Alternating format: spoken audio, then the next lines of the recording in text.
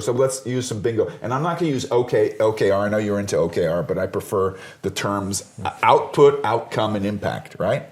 Another way of saying it, the immediate deliverable, which is the output. A project manager doesn't deliver outcomes, they deliver outputs. Yeah. A black box, okay?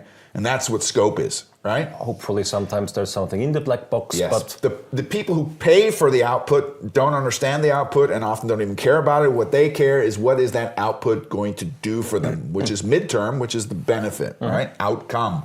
Increased profits, new markets, less rework, cost savings. more sales, whatever. Yeah? Whatever it might be, right? What I'm a big fan of, and I picked up this word from the United Nations, they use the word impact, which is, for me, long-term. So if we put it into immediate, midterm, long-term, impact would be, what is the long-term effect? How is it going to affect strategy? Now, the reason I'm doing this whole spiel here, project managers who are in love with their profession, who create wonderful outputs, what eventually happens is we realize a lot of our outputs might die from neglect or from not having enough acceptance, and that breaks our heart. So now we become more interested what happens before our project, what happens after our project, because we want our babies to flourish, right? So that goes more into the business analysis thing.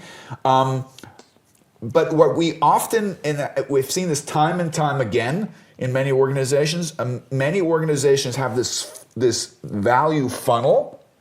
You're involved with startups as well, and you do the whole thing there. You kind of assess some things for its potential. It gets capital, right?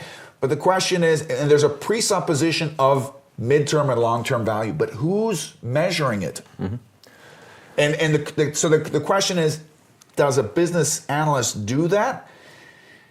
In my opinion, somebody should be doing it. I don't care if it's the PMO, the business analyst. For me, it would belong to the extended scope responsibility of a business analyst, because a business analyst should be interested in what happens before and after a project. Okay.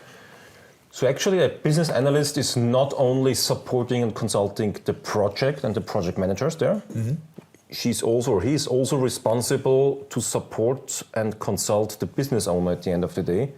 It's one of the biggest functions is this to managing this wild and chaotic group of stakeholders with their different opinions on all different levels of the organization, not just on the executive level, because the impediments, to use an agile term, I mean, Scrum Masters are responsible for removing impediments and hauling water, as we say, but I would say a business analyst should be even closer to that. A business analyst, so a project manager is rarely in a staff position to an executive or to a B-1. Business analysts should be.